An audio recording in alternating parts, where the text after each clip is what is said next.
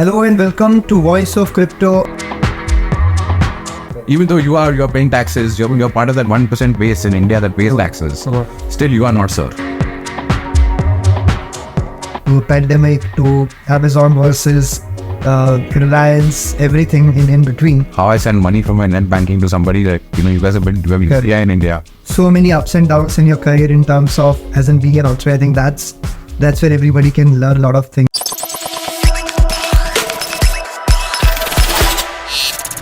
Hello and welcome to Voice of Crypto, a podcast where we talk about Web3, crypto, metaverse, NFT and everything in between. And today I have Mohit with me. So welcome on the podcast, Mohit. Thank you for having me, Abhishek.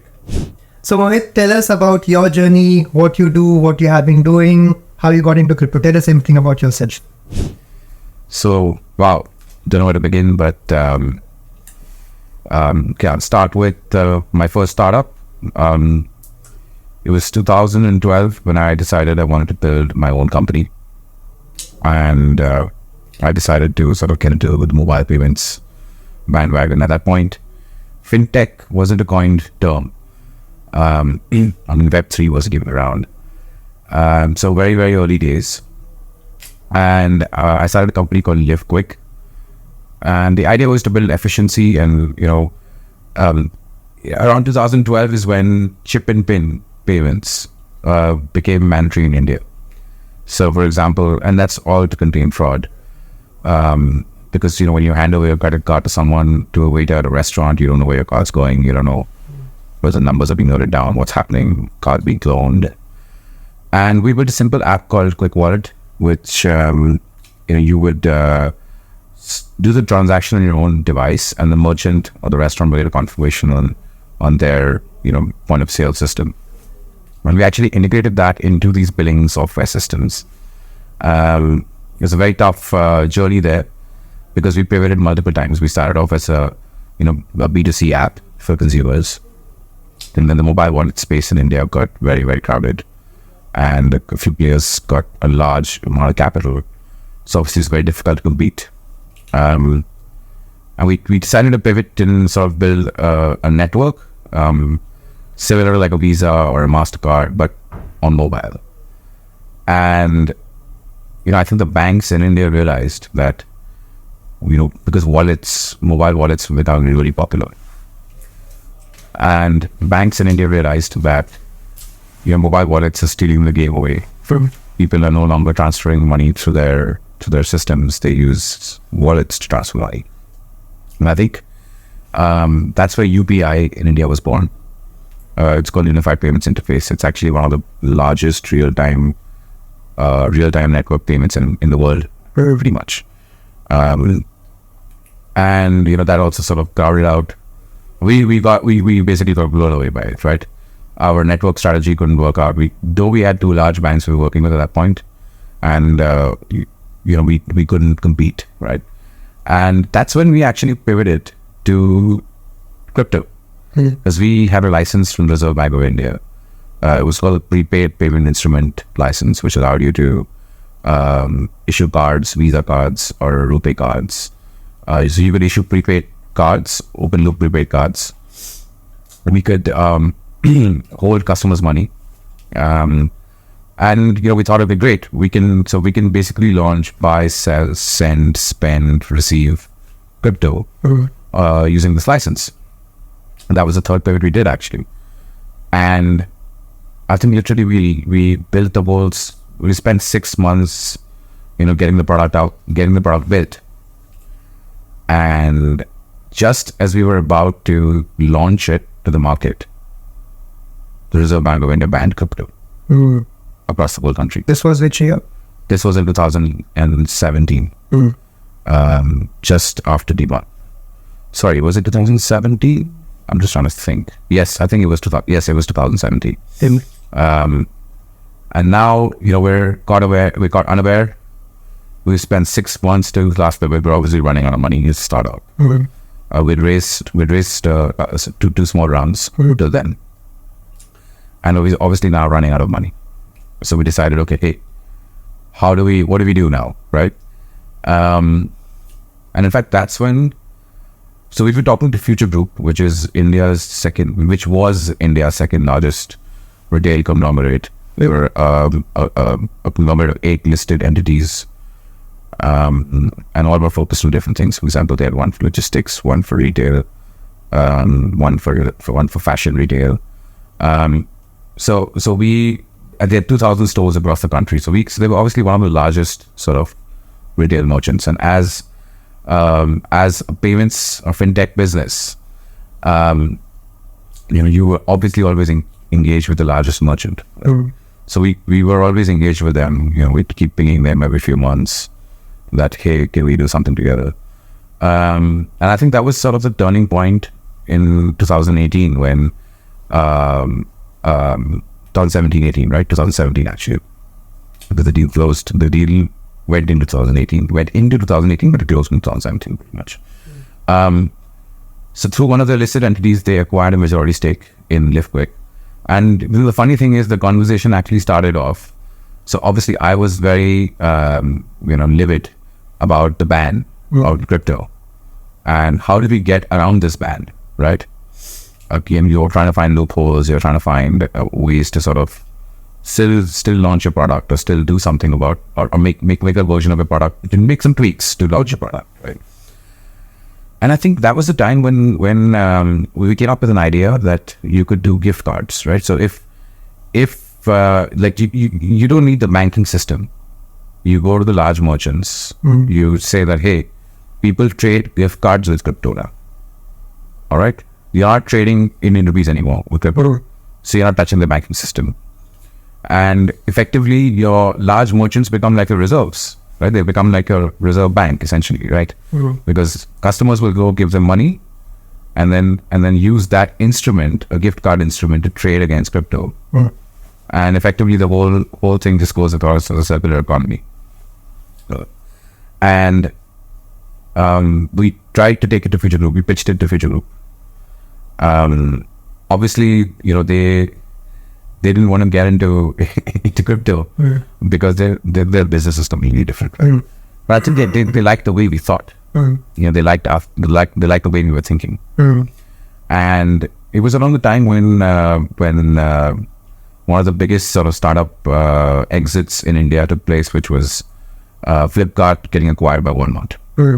And I think that's when Future Group themselves realized that, hey, we need to have a tech play, right? And commerce, which is payments, commerce, it was a key thing for them, right? Because if you look at every large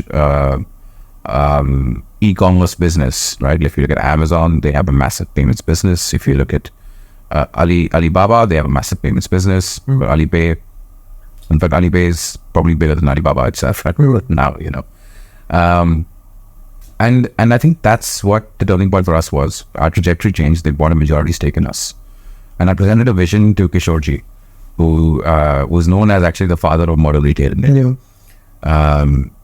And we decided to, I pitched a bunch of things to them, saying that, hey, we can do, so we created 4 sub-sectors in fintech and went after them. So one was purely loyalty and payments.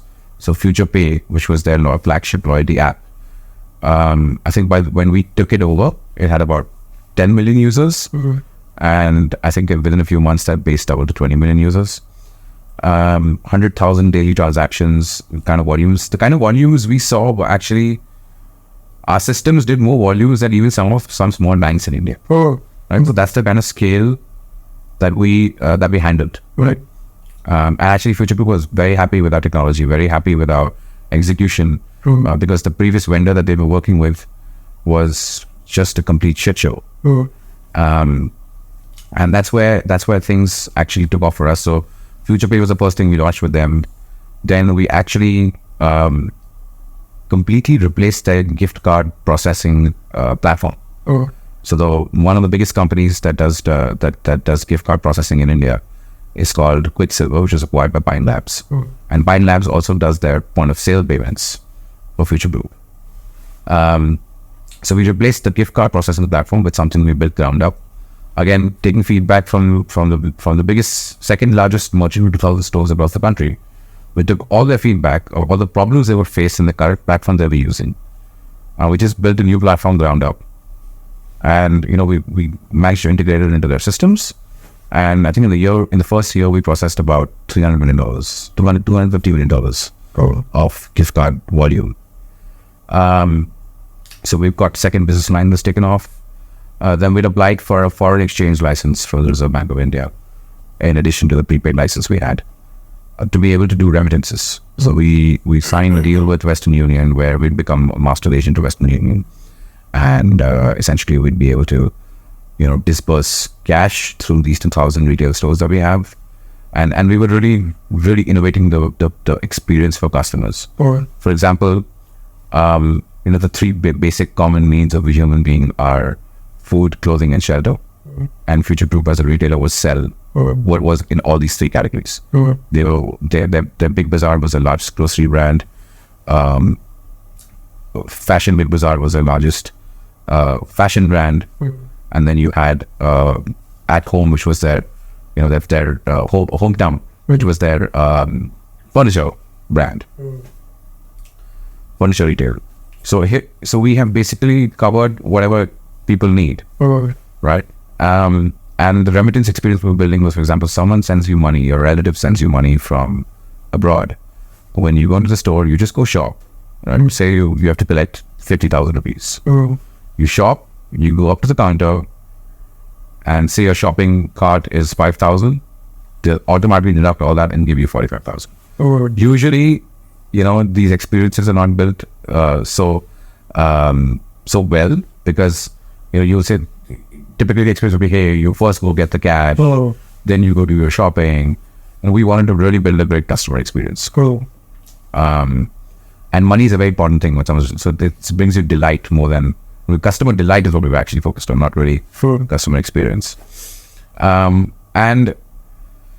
this was the third business line. The fourth business line actually was point of sale payments. So like I told you, Pine Labs, which is actually the largest, that serves the largest merchants in India because they have a unified platform. We were going to replace Pine Labs as well. We did a joint venture with a US-based company called Point. They're based in Palo Alto.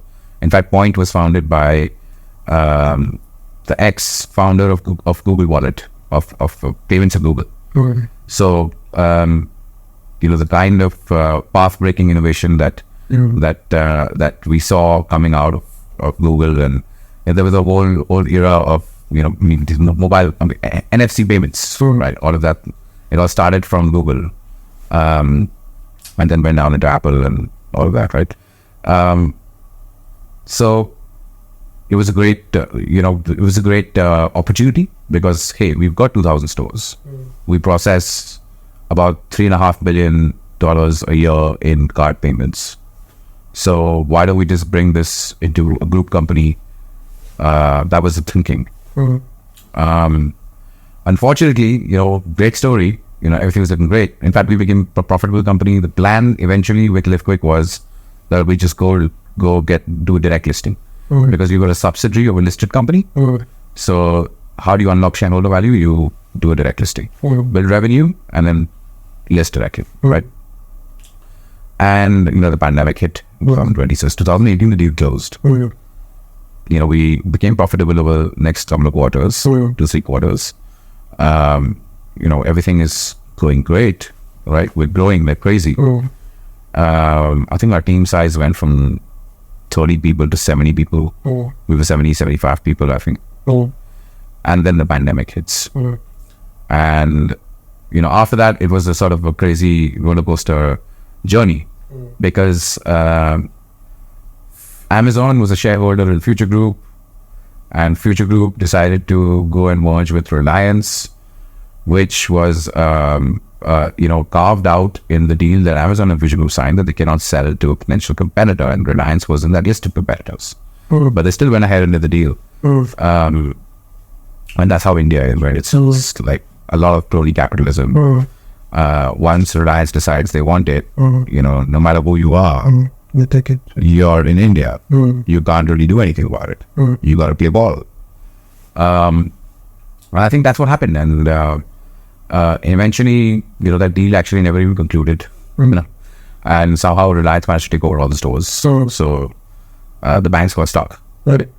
And that's what sort of you realize, right? I mean, these banks took a big haircut on all these loans, but they had, I think, $3-4 billion of debt that which we got to repay. Right. 2 billion or something like that was the number. Right. Who got stuck? The banks. The banks took a massive, hit on that debt that they never got repaid. Nor did the deal conclude with which we were Reliance. So, now it's not like Reliance took over the debt. Reliance just took over all the stores, all the assets. Literally. So I think from that point on, from there on, obviously I knew that much earlier, that how India operates, right? But seeing that thing happen to you when you're sitting there, it's quite shocking, right? When you're the receiving end of it. So when all this was going on, I decided clearly that, look, there is still value in this company. We have these licenses. We have built some great technology. Obviously, we don't have the business anymore because the largest retail, because they've gone to zero pretty much. They're not. Their stores are shut, locked down, and it was a very lengthy lockdown, right? So you couldn't even recover quick enough. And I think that's where I decided to then sell LiftQuick, right? In fact, up until then, I really never wanted to sell, to be honest. And I think that's when I realized I really want to sell and I want to get out. And that's when I started running an M&A process. And we had term sheets from the largest players that you can think of. All unicorn companies, VC backed. One of them was Mobile Premier League, the first one that we had a term sheet from Revolut. In fact, I flew to London in March 2021 and sat down with the founders of Revolut to hash out a deal along with their M&A team, but did work out. Which is actually great because we ended up getting 5 times more than what they offered. Right. If I was going to close that deal, I eventually got 5x more for it for what I sold, right? So it actually worked out for the better. So we had a term sheet from Revolut, we had a term sheet from Razorpay, which is again one of the largest payment processing companies in India. We had a term sheet from BuzzyRex Crypto. That was actually the deal that I really, really wanted to do. But you won't believe it. In fact, we signed a binding term sheet. We terminated literally. I'm not the person to go after people for no reason, right? But we had a term sheet from BuzzyRex.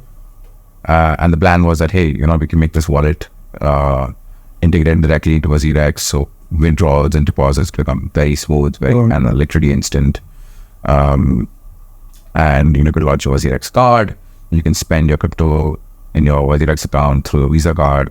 All sorts of stuff we were trying to do with them, right? And literally, we were trying to close the deal. And around that time, India's Enforcement Directorate launched an investigation into the founders of BuzzyRex over some money laundering allegations, right? And clearly, and that was front page headlines in every major newspaper in India. Okay, or you put on the TV on any news channel, it's like it's all over, right? So there was no way that deal was gonna get past change of control with the Reserve Bank of India, because ultimately we were a regulated entity. So I didn't do that deal, obviously. And eventually we sold to a company called M2P Fintech, which is based in Chennai. They're actually India's largest API infrastructure company, so you could say Fintech API infrastructure company. So pretty much, large banks, large fintechs like Cred, etc., they all, utilize M2P as their backend. And that was a vision with M2P actually, to be able to serve the fintech sector, because, for them licensing and all these things are a big problem. So here you have license plus platform coming together and providing these fintech businesses with a way to get to market much faster. And that's sort of my journey. So we sold M2P. But I decided at that point that I wanted to sort of move to the UK. I got the visa, the global talent visa already, so it was a very easy decision. And I decided to move. That's been my journey with LiftQuick.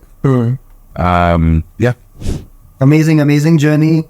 Wait, so this, I think in last one decade you have seen, starting from a gift card to a pandemic to Amazon versus Reliance, everything in between. My next question to you is, you, and as you rightly said that there was no Web3 and probably when you started, Fintech was just gaining as popularity as a term. None of us planned to get in Web3 because probably when we were kids, there was definitely no Web3. So do you remember that accident or that incident which exposed you to crypto, or which exposed you to the power of crypto, and then that's a rabbit hole which once you get into it, you never get out of it? Well, very interesting question. So when we started LiveQuick, my co-founder was this guy who went to school. He was my classmate in school, but he was a complete geek, right? So he started coding at the age of 9, I think, and he grew up on the campus of IIT Bombay. His father was director of IIT Bombay, so he pretty much grew up on the campus of IIT Bombay. When we started LiveQuick, he kept talking about this thing called Bitcoin, right? We had this small server that we'd assembled together. The both of us had assembled a small server together, which was like a local server, a very basic powered computer, headless, without a keyboard, mouse, or a monitor even, right? We would just use it as a local server to deploy. We didn't have cloud and all that. This was pre-cloud, right? So we needed some kind of server to deploy and test our applications and all this stuff. So that small server was running in the small tiny office that we had. And I think he was trying to mine some Bitcoin on it. Eventually that hard drive failed. I think we lost some Bitcoin on that hard drive. I still have the hard drive lying somewhere. Maybe it has 2 Bitcoin, God knows. 2, 3 Bitcoin, we don't know. Right? We never bothered to check it yet. But we will at some point, right? We never know. So he was the one who actually filled my head about Bitcoin, right? In 2015, I ended up going to Hong Kong for this conference, in the Rise startup conference. I went to Hong Kong for it. And after I swiped my card for the first time at the hotel that I was staying at, the second time I swiped my card, the Citibank blocked my card. Because obviously I'm traveling abroad and all that stuff. And it's just a pain to, I'm waiting on the phone, trying to get the card unblocked, all of this stuff, right? It was just a complete pain. So what I had to do was, I had a very close friend of mine who was living in Hong Kong. I borrowed some cash from $1,000 cash, right? About 8,000, 7,000, 8,000 each for $. And I got by to my trip, whatever expenses I needed done. Got done with my expenses in my trip. I went back to India and I had to start sending this money, right? And the bank is asking me to fill out some 6 pages of forms to transfer $1,000. All right. And I was like, man, this doesn't make any sense. I just want to send $1,000. Like, how I send money from my net banking to somebody, like, you guys have been doing UPI in India. Or by then UPI was already, UPI hadn't come in yet. It was about to come in.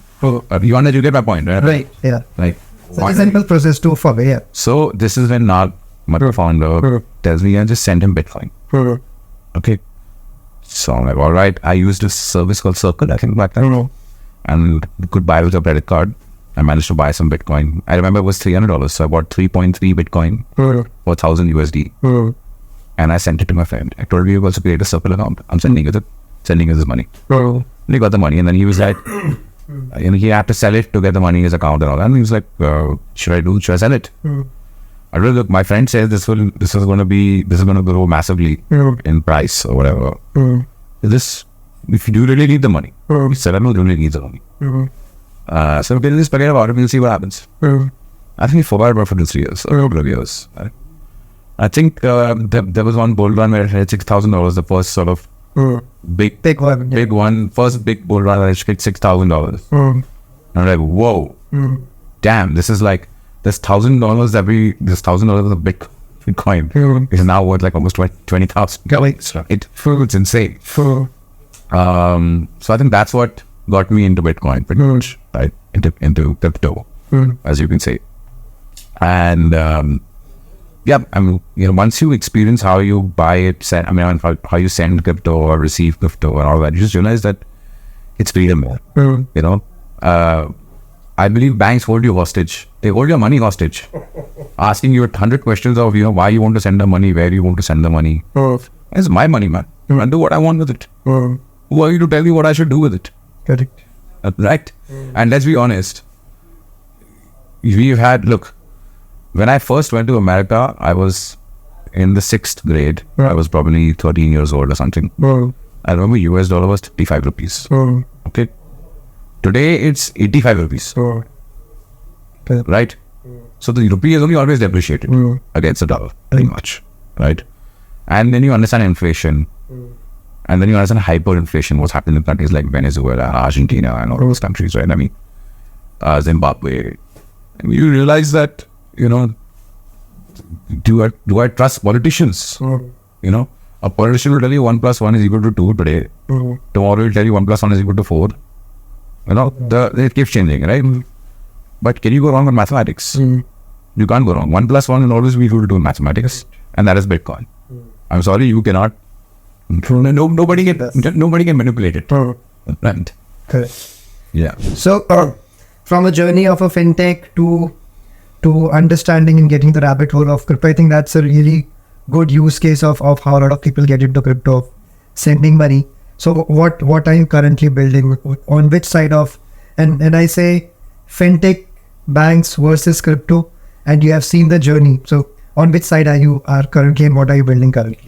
So very interesting again, because I'm actually building something at the intersection of both. What I realized is that, the banks don't like crypto because, they deal in fiat money, right? And here you have cryptocurrency. So obviously they're never going to match. The bank's always going to stop you from buying crypto and all sorts of stuff, right? We've seen it over the years. But if I look at what I'm building actually, so when I moved to the UK, the key problem I faced was no one was giving me credit in the UK. All right. And obviously I had a liquidity crunch because I had sold my company in India and moved, obviously when you sell a company, it takes time for all the money to come through. There's all the legal stuff, right? Conditions subsequent. So it took a good 6 months after I moved there actually. So I really needed some liquidity, right? And how do I manage my liquidity? This is where crypto saved me because the banking system again failed me. Right? No bank in the UK was willing to give me a credit card with a credit limit or something, or even a loan to start with, right? Nothing. So how do I save myself? How do I get started in my life? Right? And that's where crypto saved me, because I ended up using one of the popular lending apps in crypto where I actually deposited my crypto in there. And I got a loan against my crypto. And it was a decent interest rate, like 6-7% or something. And I basically got the loan, moved the money into my Monzo bank account, which I had in the UK. I had opened a Monzo account. And then when I initially tried using this service called Klarna. Klarna is a very popular buy now, pay later service. Where you can pay in interest-free installments. So if you want to buy a pair of shoes, that's $300, for example. You can pay $100 over 3 months. $100, three installments, interest-free. And when I tried to use Klarna for the first time, actually, when I hadn't taken the loan against Bitcoin yet. There was no money in my account. It was a new bank account, and I'm trying to use it on Klarna, and it's saying obviously you don't have. Because I didn't have any money in that account, they didn't underwrite me. They declined my purchase transaction. And when after taking the loan against my Bitcoin and moving some money into my bank account, they said, okay, fine, there's some money in this guy's bank account. So great, we can give him this loan now, right? And I ended up getting a buy now, pay later loan for 3 months. I said, this increased my cash flow at least. It gives me more liquidity. Right. And I found that very interesting. And I realized, okay, hey, I'm using 3 different services, one crypto lending app, then one bank account, and then one other service called Klarna. I'm using 3 different services to do one thing. Right.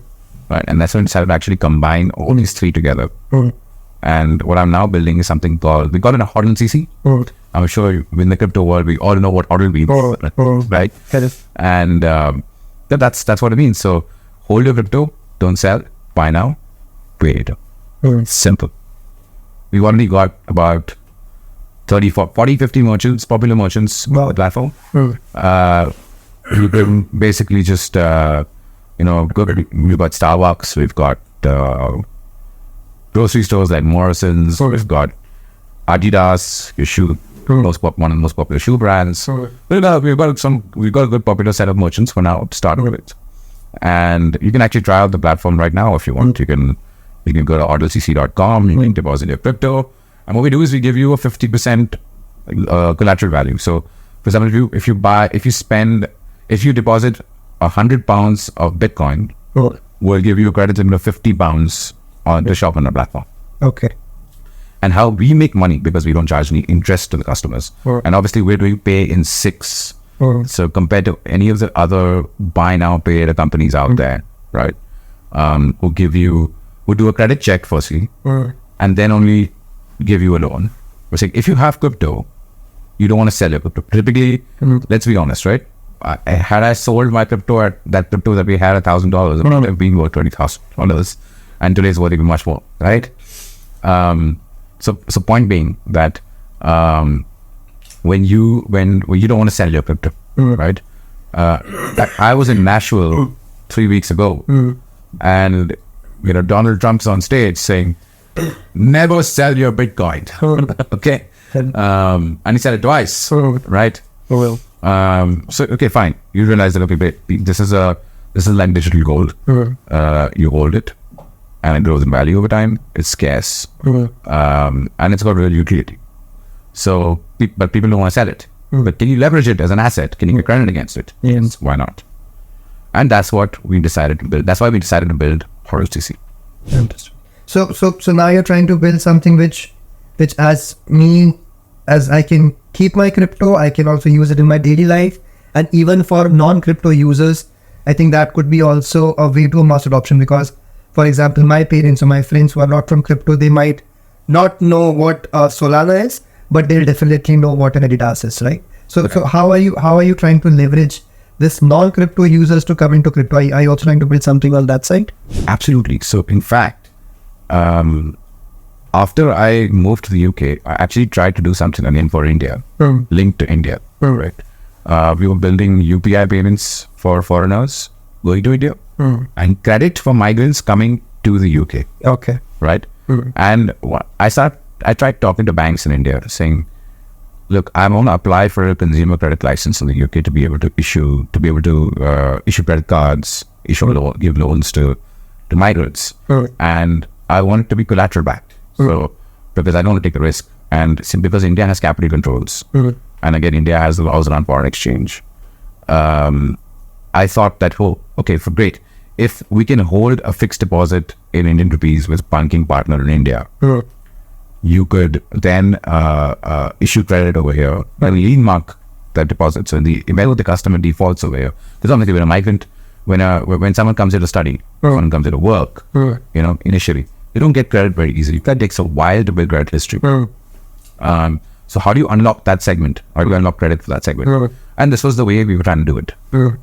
But hey, I tried talking to the banks. Okay, nothing happened. I probably spoke to the top 4 private banks in India, top 5 private banks in India. I wasted my time. Okay. And realized that, look, this sector was never going to be able to innovate as much as, we've seen the innovation come out from crypto. I mean, the central banks themselves are trying to launch central bank digital currencies because they realize, hey, people are using Bitcoin, right? So they have to innovate. They don't have a choice. But it's not that easy to innovate, and it's not that, and it's just like a simple thing, right? When you're such a large institution, where do you find a small group of 4 or 5 people who are going to be able to build something delightful, right? That doesn't happen in big banks, unfortunately. And that's what I realized, that hey, so what, to come back to your specific question, how will a regular non-crypto user discover? We're in the final stages of signing a partnership with one of the crypto exchanges in India, where a user can essentially, someone who's moving to the UK, right? He could essentially just deposit USDC or whatever. Deposit is in rupees first, and the exchange convert it into USDC or USDT or whatever it is.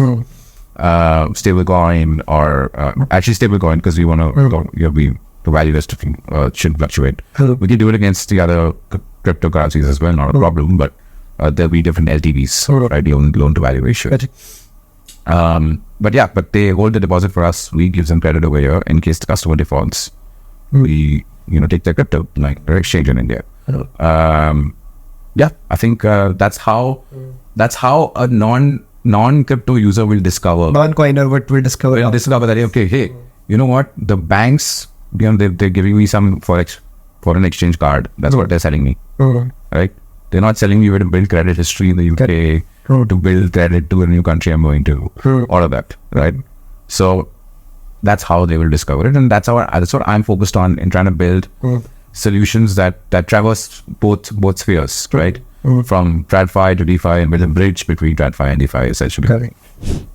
Interesting. So Mohit, you have seen Fintech, you have seen crypto, you have seen Indian markets, and now you are exploring, I would say, European markets. So what is the difference from 2 points of view? One is how consumers are different in terms of accepting crypto, and how governments are different in terms of understanding crypto, or even at least trying to understand the crypto. So what is the difference which you see between both these markets? Okay, so understanding crypto, I think from a consumer perspective, right? It takes a lot of it takes some kind of level of intelligence, to be honest. Right. So you obviously India as a country has a very high level of uneducated population, right? Illiterate and uneducated population. That's very difficult to explain to them about crypto, right?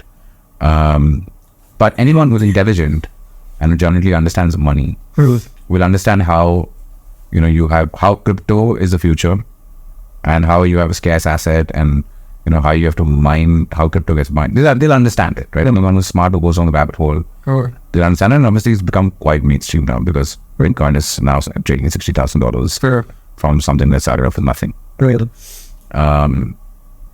I think from that perspective, from a consumer perspective, they have to have some level of intelligence to understand it. From a regulator standpoint, I think they're just scared, right? Governments are just scared because the only power governments have over people, and let's be honest, right? Government's supposed to work for you, right? I mean, the starkest difference I'll see in government in India and the UK would be in UK, I'm called sir by the government, or by any government government employee or government official, anyone who's government, I'm sir, right? In India, government is the sir. You understand? You are not sir.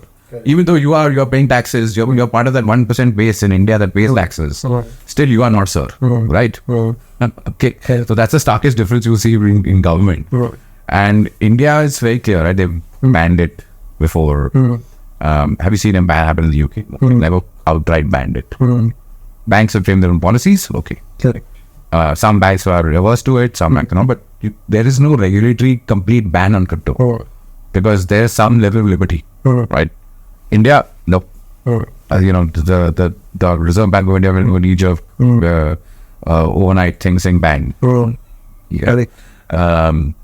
So yeah, I think India is all about control. Regulators want to control literally everything, right?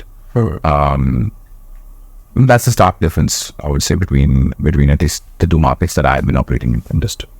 Amazing, Mohit, for coming on this show. And you have seen so many ups and downs in your career in terms of as in being an entrepreneur. I think that's where everybody can learn a lot of things from this. So what would be your top 3 lessons to somebody who's just starting his or her journey as an entrepreneur? What would be those 3 key lessons that will help them see through the whole journey? Oh wow, 3 key lessons to give an entrepreneur, or a budding entrepreneur. Okay, I think the first most foremost important thing would be, hustle. You gotta hustle every day. Okay. 2, focus on your fitness. This is very important because that's something I realized. Right. you give yourself away to this thing you're trying to build, and then don't focus on yourself.